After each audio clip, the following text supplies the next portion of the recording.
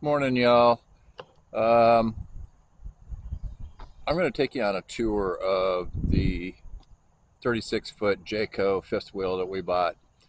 We thought we were getting a really good deal, and it turned out to be one of the worst nightmare projects that we're probably going to do uh, maybe this year. I'm not sure if it's in our lifetime, but it's definitely going to be uh, one that we inherited this year.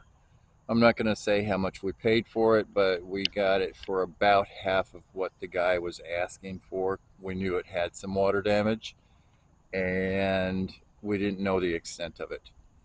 So here in Georgia, it started raining probably a couple of weeks ago. And we, well, I had put in some new LED lights on the ceiling, and wouldn't you know it, that water started dripping down through one of those lights, through the holes where the wiring comes through the ceiling. So it wasn't bad. It was just drips, but it was still concerning. So we knew it had some water damage because it was kind of, uh, if you looked at both the walls in the kitchen and the ceiling over in the rear end, um, it had some bumping through the ceiling and the walls. So we knew we were going to have to get in there and check out what was going on. Um, After we bought the trailer is when we actually were able to get up on the roof because it doesn't have a ladder on the back of it. So, and the seller didn't have uh, a ladder to get up there to check it out. So it wasn't until we got it home and we were actually able to get up on the roof and check out what the roof looks like. It wasn't bad. We could tell that it probably would need to be replaced at some point soon. But there was one spot towards the rear, and I'm pretty sure that's probably where the moisture came in. It sort of looked like it got struck maybe by a limb or something like that. Um, it wasn't torn apart, but it wasn't covered like it should be by the membrane. So I'm pretty sure that's where the moisture came in. So I'm going to go ahead and take you all down. It's actually on the side or in the back of our property. We've got about I don't know, I think it's 1.25 acres of property here. It's not huge, um, but with the swimming pool and the house, we've got a decent size piece of property. So there's the RV. And right now, as you can see, I've got tarps covering the top of it. The awning is out. It's got some pinhole leaks on it, but for the most part, I think right now it's watertight. Now, one thing I'm going to be working on today, if I can, is we've got two slides. One is the bedroom slide, which came out no problem. The other slide is in the living room. And switch this around here. This right here is the bedroom slide, and it's come out. And it's still got the awning up on the top there. But for the living room slide, you can see right down here, it's just started to open, but it won't go any further. And the reason behind that is back here, this back wall on the inside, there was so much water damage that the wall has disintegrated and we have to rebuild it. I'm actually going to take a jack and jack that wall up high enough so that the top of the slide does not come in contact with the bottom of that wall, the wall opening. What's happened, I'll take you inside and show you what's going on here. it's not a pretty sight. Get some lights going on in here. I'm running on battery power right now because I don't have the shore power hooked up yet. This is the slide right here. So it's got the dining room table over here and the couch. Obviously the couch is something that they had put in at some point. It's a nice couch, but we want something that's going to sleep some people. So we're going to take this out and replace it with a sleeper. But you can't really see it because it's dark in here. But this whole wall is gone. It's just been deteriorated. And what's happening, I'll take you up here. So this wall right here meets up with the wall that's deteriorated, and that's what gives it the support to stay up. Well, the top of the slide is actually rubbing up against the bottom of that wall, so the slide won't go out, because that wall right now is resting on top of this slide. So I've got a jack down here. Let's see, where is it? I've got this jack right here. It's a 2-ton jack, and what I'm going to do is I got to go up to Lowe's and pick up a 4x4. I'd used a 2x4 when we had to move the RV from where it was sitting in the front yard. I used that 2x4 to jack up that wall so that we could pull the slide in. And that 2x4 was bowing. So I'm going to go up and get a 4x4 to jack that wall up just enough so that I can get this slide out. Now, the other thing about this is when we first bought the RV, we couldn't get the slide to go out. And now I'm thinking it's twofold.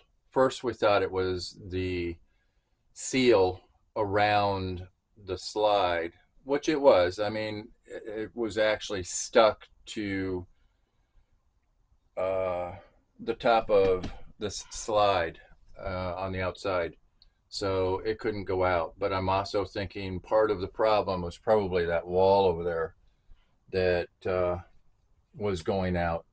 And give you an idea, this is where the water started dripping down. I had just put in a new light right here. There was a ceiling here, don't get me wrong, but there was a new light, and the water was dripping down right here. So I knew we were going to have to remove this part of the ceiling because it had some bubble. And let's see, you can probably see on this wall, which is right next to the kitchen, you can probably see that right here it's soft, and that's the way that the ceiling looked up here all the way across. So we knew we had some water damage, but I don't know how well the camera is going to pick this up. This is the AC vent. Let's see if I can get this to focus correctly. This is the AC vent, and you can see how dark the wood is. And I've got a mold kit. I haven't tested for mold yet, but I'm very sensitive to mold, so I don't smell it. I've been in here several times and I haven't gotten sick, but I am going to test it. This stuff here, obviously I'm going to take this out, and probably that whole support line right here is going to be replaced. Anything that's really dark color wise is probably going to be replaced. You get back here in the back and the wood gets darker, but I think that's just the color of the timber. Not a whole lot of damage in the very back wall, but when you start getting over here, you can see that the water damage had taken care of this wall. When I took this wall out, all of the fiberglass insulation was just absolutely soaked. So I know that all of this up to the cabinet is going to have to be taken down. What I'm concerned about is that the damage goes further. If I open up the cabinets, we don't see a whole lot of evidence of water damage. However, when we get up to where the microwave plugs in, let's see if I can get this on camera. You can see some drips coming out of that wall plug right there. So we know that there's some kind of water that has gotten in there. It's not soft. Fortunately, this is not soft. But also up here on the top, there's some evidence that there was some water coming in at some point somewhere. So that's the issue at hand. So take you on a tour. This is obviously the back of the RV, and it's looks like a hurricane hit it right now. It won't be by the time we get done with it. It's got, I'm not sure if this is supposed to be brown, but the carpet is currently brown. And over here, it's the same color. Actually, it's the same throughout. But we're going to take all the carpet up. We're probably going to take up the chair molding that is surrounding pretty much everywhere in the rear living space. They call this, it's a 36-foot Jayco 3510 RLS, which is rear living space. And apparently, I'm thinking it was a custom design because most of these fifth wheels were only one slide. This has two. So in that aspect, I'm pleased because we've got the extra space with the slide. But somebody added this table. It isn't attached. It's a good heavy, actual solid oak table. And then, you got your partition here separating the dining area and the couch area. There used to be, on that back wall, there used to be a nice oak looking, it looked like these cabinets, entertainment center. And there was storage on both ends and then room for a TV in the center. That all had to come out because of the water damage to that wall and to the ceiling both. So it only has one AC unit, and that's right here. This is in the center pretty much of the RV, and I had it going for a while when it was really hot here in Georgia, and it didn't really keep up. Now, I have a different video where I actually cleaned the coils, the condenser coils on this, and it helped a little bit, but this is original to the RV. So I'm thinking it's a 13,500 BTU. Thinking about replacing that at some point with a heat pump so that we're not using the propane to heat, and when we're connected to shore power, we can use the heat pump. Down the road, I'm also thinking about doing batteries with an inverter and solar to charge the batteries. And I'm pretty sure that in today's realistic world that if I replace this older unit, it's going to use less energy than the new unit will use less energy than this older unit and be much more efficient. So I believe that the refrigerator freezer has been replaced, but the furnace has not. It's down there underneath the fridge.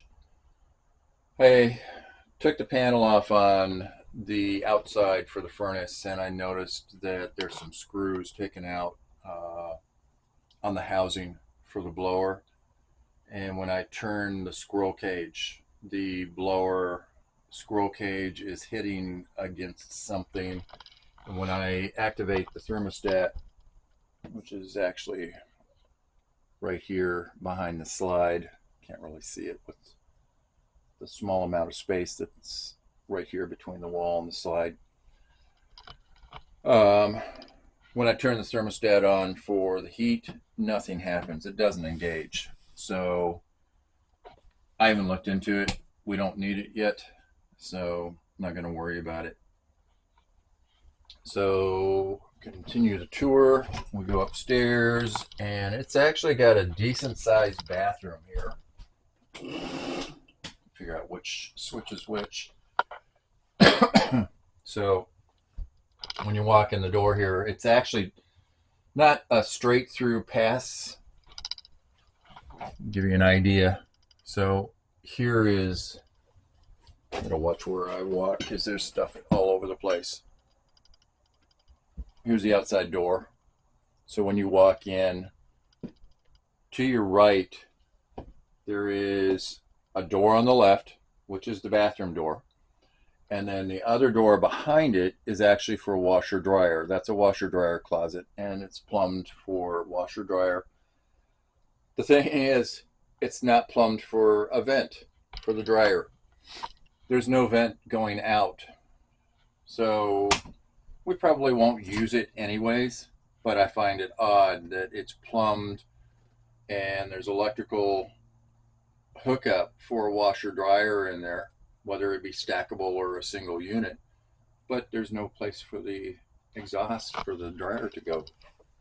So anyways, if you come through here, to the left is the bathroom. It's got a tub. It's an older tub. It's original. Don't know if you can see it right here. There's a crack in the tub. So we're talking about down the road, maybe patching this for now, but down the road taking this whole thing out and replacing it with just a simple shower instead of a tub shower. One thing I do have to mention is this has 2 gray tanks on it, not just a single. And I'm pretty sure why we have 2 gray tanks on this one is, number one, this does have what I would call a tub, but also you've got the washer dryer hookup, so that's going to use more water. You're going to have a bigger tank for that. And one gray tank is going to be for the kitchen, one gray tank is for the bathroom, and then obviously the black tank for the toilet. But it's got a good sized bathroom. If I put you out here, it's got the vanity, typical RV sink, and then the mirror, cameraman in the mirror, and the toilet. Not a real big fan of the toilet because the flush valve is over on the side instead of being a foot pedal like I've seen on quite a few of the others. So we take a step up from the bathroom. It does have a sliding door. I've got to fix that. There's a pin up there that the door affixes to, and there's a little latch that is broken, so it won't stay on the slider. But this is where the other slide is for the bed, and it does work. So we do have some water damage up here in the front. Turn some lights on so we can actually see. If I can find the switch. There we go. So up here in the very front, right here is the roadside, and it's got some water damage here. which goes into the closet. I'll take you in here. This whole wall, all the way down, and the front, you can see this all has to be replaced. So it's got a good sized closet though, and I'm debating on whether or not we actually need that big of a closet in this bedroom. I realize that you can hang things and put things on the shelf here, but we've also got all of this storage here. Odds are I will leave this closet for now, because never know when we may go someplace and have to hang, dress clothes up or something to that effect. So probably leave this for now, and then maybe down the road we'll take it out or do something different with it. But yeah, there's a spot for TV to go here. There's a cable hookup there.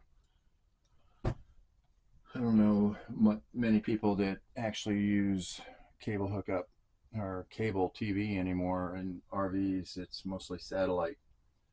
But yeah, that's the well, this is where I'm probably going to end up adding another AC unit. I am going to update the electrical service from 30 amp to 50 amp. So with our having to redo this ceiling as well, because you can see over here it's kind of drooping. We know that there's water damage in there. With as much that we have to do with the ceiling and walls, gives us the opportunity to go ahead and wire for the future. And by that, I mean adding the other AC unit in the master bedroom, and maybe some extra wiring for, say, I don't know, LED lights around the ceiling for ambient lighting, recessed lighting. And we're going to be taking up the floors and redoing, not the subfloor, but taking up the carpet, putting down probably a luxury vinyl plank. And then I also want to update, say, the range hood. This has the tank monitors built into this range hood. So if something happens to either the tank monitors or the range hood, which it already has, I've had to replace the switch for the fan already. And it was a pain to figure out how to get into this thing. But anyways, if something were to happen and something quit working, then you almost have to find an older RV that has the exact same vent hood over the range to replace that. So I'm seriously thinking about upgrading, putting all new sensors in all of the tanks to make sure that they're all working properly, and putting in a new control panel to give me levels on all the gray tanks, the propane, the black tank, the fresh water, all of that. Speaking of fresh water, I'm in the process of figuring out why the top of the tank over there for the fresh water was wet. I was in the process of replacing the water pump, and I noticed that once I got down below the floor level, all of the insulation there was sopping wet. So I don't know.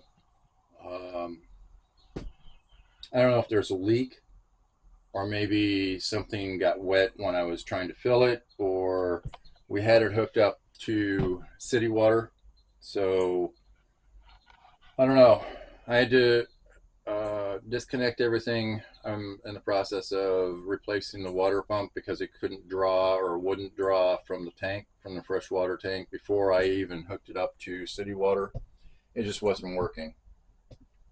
So I got a new tank or a new pump, and I'm going to put in an expansion tank, so that we've got a nice level flow once it's all up and running. Didn't find any leaks when I was hooked up to city water, thank goodness. So that's a good thing. Another thing I have to do is flush the freshwater tank. I was able to actually, I removed the fill tube into the freshwater tank. And while it doesn't look disgusting, it's definitely not clean. We don't know how long this thing has been sitting. So anything that I can update, upgrade, replace, it's, 28 years old, 29 years old. So instead of going out and spending $40,000, $50,000, we're going to update this thing. I think it'll be luxury on wheels by the time we're done, but it's going to take some time to get there. So anyways, that's the tour of the day, at least for the inside. And we've got some issues on the outside as well. We're going to have to put on a new roof. We've got all that. I've got the materials to do all that. And then again, I'm going to upgrade and update the outside so that if we want to have an outdoor barbecue grill or cooking area up underneath the awning, or say in the back, we can do that. The propane tanks are over in this area, and what I'm going to end up doing, since we're going to be doing so many things with walls and ceiling and everything, I'm probably going to run a propane line either over to this area up underneath the awning for a cooking area, say an outdoor kitchen or something, or over in the front. I haven't decided which one yet, but either way, the awning is actually really nice length. It goes almost from the back of the trailer all the way to the front of the trailer. So instead of being something really short, it's a good, I think, 26 or 28-foot awning. That's the other thing, is down the road, since we're going to have to replace the awning fabric, might as well go ahead and go to the expense of upgrading this to a motorized awning, so that we're not having to, as we get older, as we lose our limberness, probably be better just to have that motorized. Push with a switch and it'll go up, go down.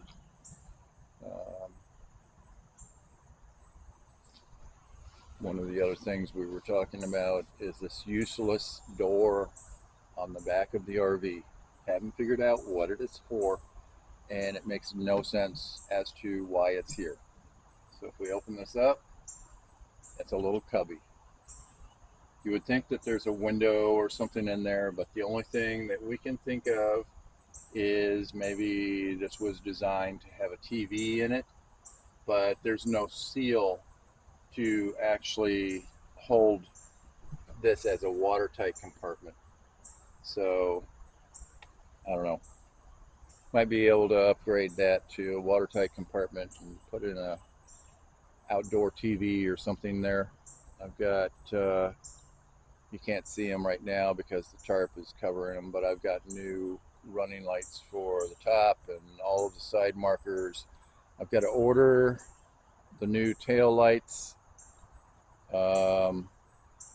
and the reflective part on the back. This is where the living room slide is, and I got to put a new seal in between the slide and the actual trailer. I'm going to be, this is where the water hookup is, and you can fill the tank. Uh, it's it, it's hard to figure out things when you don't have the owner's manual. And we tried to contact. Well, I have contacted the guy that sold us the RV because when we bought it, the owner's manual was sitting on the dining room table. Didn't think much of it when we picked it up, and we got home and it's like, where's the owner's manual? We don't know how big the gray tanks are. We don't know how much the fresh tank is, the black tank, or anything. So I've contacted the previous owner several times with, uh, he responds saying, yeah, I'll get it in the mail, but he never did. So I bought a couple of items that's going to help me determine what tank sizes are. But this is going to be upgraded. This is where the electrical line goes in, and currently it's a 30 amp system. This will be upgraded. I've already got the materials. I've got to get a new door and everything put on here, as well as for the water compartment. But this is actually going to be a plug. Sorry, that's the water. This is for the electric. And this is a cord. So this is going to go away, and I'm going to update and upgrade this whole system to 50 amp. But this will just be a connection so that there's not a cord stuck inside here. Because this actually, I don't know if you can actually see in there, but this is the living room space now. Since I took out that entertainment center, this, when I stick my hand in there, this is the living room. So pass a beer through here, but anyways, that's going to be updated. Everything on the outside is going to be updated. We're going to end up probably taking all of the decals off and just cleaning things up. It's not been taken care of. The guy that we bought this from bought it at an auction in Illinois. We're in Georgia. He had it trucked down here a couple months ago after he won it at auction, and then did nothing to it. And looking at the title that he gave us, this has been at so many dealers. It's not been touched. It needs a lot of TLC. Right here is the furnace, and I took the door off so I could take a look at it, and after looking at it, I just left the door off because I'm got to work on that. This is the water heater. Probably going to end up replacing it, simply because it's old and I want to get more energy efficient things in here. So this is pass-through door that it's for storage, and this goes all the way through to the other side, and then up underneath here you've got two more doors that go to the same pass-through storage that does. So anyways, that is the tour of the day and what we will be working on here for probably the very long future. And if you have any comments, stick them down there somewhere. Subscribe to the channel because this is going to be an ongoing project.